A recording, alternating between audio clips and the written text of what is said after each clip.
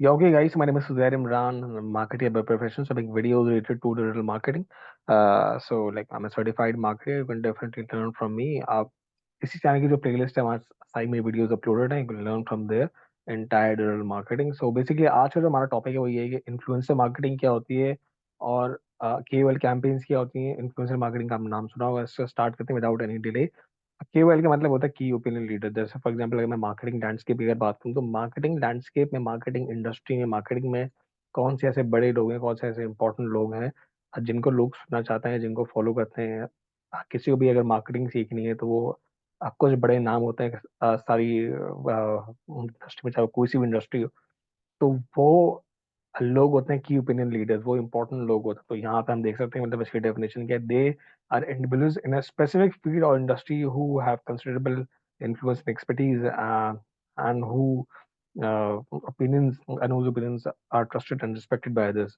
ऐसे तमाम लोग जिनको लोग सुनना चाहते हैं या जिनके रिस्पेक्ट करते हैं उनके ओपिनियंस को, they look up to them. So that is those all those people are key opinion leaders. And definitely as a marketer, अगर मैं चाहूँ कि मुझे अपना मार्केट करना है, अपने प्रोडक्ट अपनी सर्विस मार्केट करनी है, तो उसके लिए मुझे like I have to find ways कि मैं किस तरीके से अपनी कस्टमर तक उनको रीच आउट कर सकता हूँ थ्रू की opinion leaders. Let's say for example अगर मैं एक फार्मास्यूटिकल इंडस्ट्री को टारगेट कर रहा हूँ, मुझे अपने प्रोडक्ट अगर वहाँ सेल करनी है, तो वहाँ के जो बड़े डॉक्टर्स हैं, जो बड़े फार्मासिस्ट हैं, अगर मैं उनके थ्रू अपना मैसेज लाइक उसको कम्युनिकेट करवाऊँ थ्रू दी ऑडियंस, तो उनका एक ब्रांड रेपुटेशन है, उनको लोग जानते हैं. डेफिनेटली उनसे ज़्यादा इंस्पायर होके मेरी प्रोडक्ट खरीद सकते हैं, मेरी कन्वर्जन बढ़ सकती है, स्किप बढ़ सकती है मेरी. तो मुझे उनको पहले ढूंढना पड़ेगा. I have to carry out research. तो इसके लिए बेसिकली तीन चार पॉइंट्स हैं यहाँ पे कि ask your customers where they consume content about their profession. आप देख, अगर आपको अगर फार्मेसी को टारगेट करना है, तो you have to find ways कि वो कंटेंट कहाँ पे कंज्यूम कर रहे हैं. लिंक्डइन पे जा रहे हैं, फेसबुक पे जा रहे हैं, यूट्यूब पे जा रहे हैं, कौन से चैनल्स उन्होंने सब्सक्राइब किए हैं, तो आपको पता लग जाएगा कि बेसिकली वो कंटेंट कहाँ पे कंज्यूम कर रहे हैं और कैसा कंटेंट कंज्यूम कर रहे हैं. आप अगर उन्हीं कंटेंट, लेट्स से अगर मैं पता लग गया कि भाई यूट्यूब पे मेरी जो टारगेट ऑडियंस है वो यूट्यूब पे ज़्यादा जाना पसंद करती है बनस्पत लिंक्डइन के, तो आई वुड बी टारगेटिंग दो specific audiences through YouTube ads. इसमें चाहे यूट्यूब एड्स का कोई सी फॉर्मेट हो, स्किपेबल हो, नॉन स्किपेबल, बम्पर हो, मतलब ये सब यूट्यूब एड्स के फॉर्मेट्स है. डिफरेंट तरीके से you can target them. You can design your message in specific way जो कि आपकी टारगेट ऑडियंस को हिट करे और वो डेफिनेटली उस पर कन्वर्ट हो, एंगेज हो. ठीक है.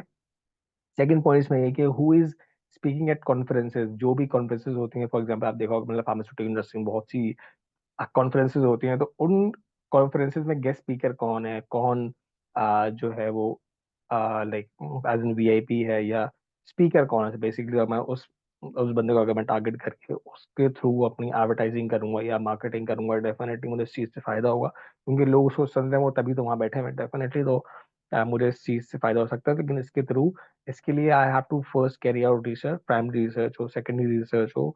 आई हैव टू फाइंड आउट कि कौन से ऐसे लोग हैं जिनको लोग सुनना पसंद करते हैं. तो बेसिकली थर्ड पॉइंट हमारा ये है कि search relevant topics to your ICP in social networks and LinkedIn और TikTok and see what they show up.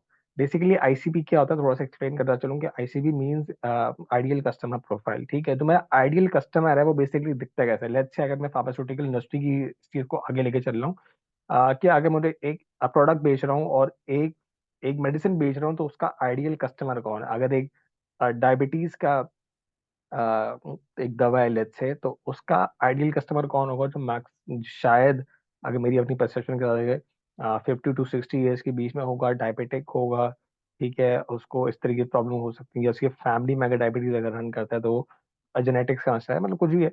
तो वो आइडियल कस्टमर प्रोफाइल है. अगर मैं डायबिटीज की फॉर एग्जांपल अगर मेरी प्रोडक्ट है, अगर मैं उसको मार्केट करना चाह रहा हूँ टू द यूथ, और मेरी टारगेट ऑडियंस, उसको मैंने अगर यूथ को टारगेट कर लिया, फॉर एग्जांपल अगर यूथ में किसी कंट्री में इतना कॉमन है डायबिटीज, तो उनको दिखाना वो टारगेट ऑडियंस नहीं है. उनका इंटरेस्ट कहीं और, उनका इंटरेस्ट मेडिसिन में नहीं है. तो अगर मैं टारगेट करूंगा अपने ऐड के थ्रू, तो उसको कोई फायदा नहीं, क्योंकि वो मेरी आईसीपी नहीं है. ये सब मैंने इसकी वजह से बताया ताकि आपको आईसीपी का मतलब समझ में आए कि बेसिकली आईसीपी होता क्या और क्यों जरूरी है. अपने आपको अगर अगर आपने अपनी प्रोडक्ट को अगर मार्केट करना है, तो आइडियल कस्टमर प्रोफाइल उसको चूज करना बहुत जरूरी है. चाहे वो आपकी लिंक्डइन पे है, वो कौन कौन से प्लेटफॉर्म से हैं, उनका सोशल मीडिया यूज कितना है, आपके आईसीपी की बात कर रहा हूँ, कितना कंटेंट कंज्यूम करते हैं, इन्फ्लुएंसर कौन से उनके माइंड में। तो you have to think about all these options before designing a campaign. जब आप आपको लॉन्च करें, ताकि आपकी ऑडियंस जब राइट सेलेक्ट होगी, तभी आपका मार्केट अच्छे तरीके से हो पाएगा, आपका मैसेज और आपका प्रोडक्ट। ठीक है।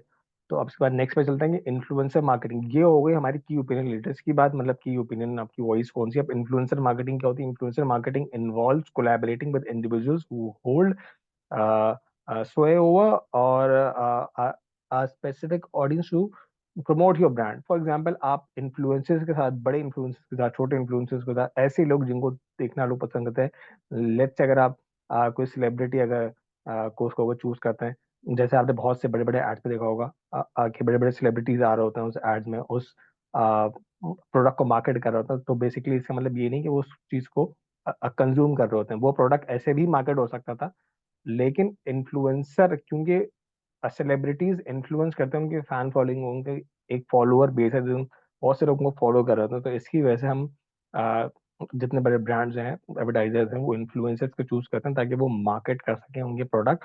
और जो उनके फैन फॉलोअर्स हैं वो उस प्रोडक्ट को मतलब डेफिनेटली लेना पसंद करेंगे। बहुत चांसेस हैं कि वो कन्वर्ट इजीली हो जाए। अब बात करते हैं कि इन्फ्लुएंसर्स कितने टाइप्स के होते हैं। तो बेसिकली एक होता है माइक्रो इन्फ्लुएंसर। माइक्रो इन्फ्लुएंसर जो है वो लाइक बड़े इन्फ्लुएंसर्स हैं जिनकी, अच्छा, इन्फ्लुएंसर्स को आप रेट किस तरीके से सकते हैं? एक तो उनका level of engagement. For example अगर आप इंस्टाग्राम पे जाएं, उनके कितने फॉलोअर्स हैं। जैसे मैं सोशल इन्फ्लुएंसर्स की बात कर रहा हूँ। आप जो आजकल देखा जाता है कि अगर आप डिजिटल मार्केटिंग कर रहे हैं और आपने इन्फ्लुएंसर मार्केटिंग करनी है, तो आप देखते हैं कि उनके सोशल जो मीडिया चैनल्स हैं, जैसे कि फेसबुक है, लिंक्डइन है, यूट्यूब है, आपका इंस्टाग्राम है, तो वहां पे उनकी कितनी फॉलोइंग है। अगर 10K के से लेकर 50K के बीच में, तो वो माइक्रो हैं। अगर माइक्रो पे जान रहे हो, मतलब बड़े सेलिब्रिटीज हैं, पॉपुलर हैं, तो वो 50K या 1 मिलियन के अगर मेगा इन्फ्लुएंसर, तो बहुत बड़े इन्फ्लुएंसर्स हैं। तो 1 मिलियन प्लस अगर उनकी मैसिव फॉलोइंग है, लेट्स से फॉर एग्जांपल अगर शाहरुख खान है, लेट्स से, तो वो एक मेगा इन्फ्लुएंसर है। उनकी उनकी मतलब बहुत ज्यादा उनकी लंबी फॉलोइंग है, बहुत बड़ी फॉलोइंग है। तो अगर वो किसी भी चीज को अगर मार्केट कर दें या उसको उसके एड में आ जाए, तो वो लाइक उस प्रोडक्ट की शूट हो सकती है सेल्स भी फॉरन फॉरन। अगर नैनो इन्फ्लुएंसर सबसे छोटे होते हैं इन्फ्लुएंसर जिनकी 10K से भी कम फॉलोइंग होती है। ठीक है। तो इस हिसाब से इन्फ्लुएंसर्स के अपने पैसे होते हैं, डेफिनेटली आप उनको पैसे देते हैं। इसी तरीके से आपकी प्रोडक्ट मार्केट होती है। जितना बड़ा इन्फ्लुएंसर होगा और उसकी जितनी बड़ी फॉलोइंग होगी, उसके हिसाब से उसके पैसे होंगे। सो ये एक बहुत ब्रीफ सी पीपीटी थी। मैं चाहता था कि मैं आपको थोड़ा डिफरेंस बताऊं कि बेसिकली केओएल के बीच में, इन्फ्लुएंसर मार्केटिंग के बीच में क्या डिफरेंस है। इन्फ्लुएंसर मार्केटिंग बहुत से लोगों को पता होता है guys, लेकिन केओएल जो है वो एक बहुत इंपॉर्टेंट टर्म है जिसका पता होना भी जरूरी है if you are working in marketing.